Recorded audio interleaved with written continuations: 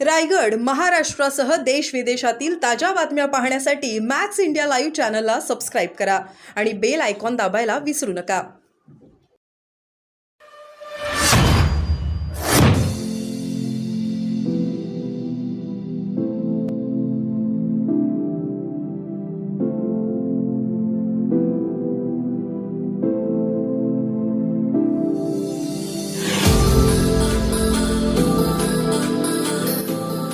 पण जर बघितलं तर वारंवार घटना घडत आहेत.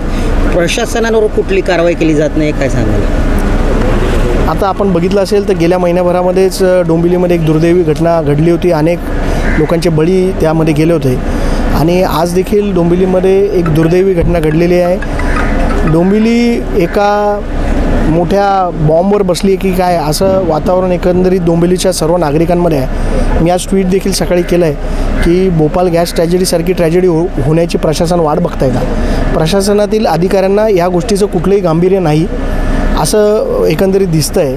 त्याच्यामुळे या घटना वारंवार होत आहेत. एवढी मोठी घटना डोंबिवलीमध्ये झाली होती, त्याच्यानंतर या जेवढ्या केमिकल कंपनीज आहेत यांचं ऑडिट होणं गरजेचं होतं, फायर ऑडिट होणं गरजेचं होतं. ते कुठल्याही पद्धतीने झालेलं नाही. जे यासाठी जबाबदार आहेत त्या अधिकाऱ्यांची तातडीने निलंबन व्हावं अशी मागणी मी मुख्यमंत्र्यांकडे करणार आहे, डॉक्टर श्रीकांत शिंदे यांच्याकडे करणार आहे.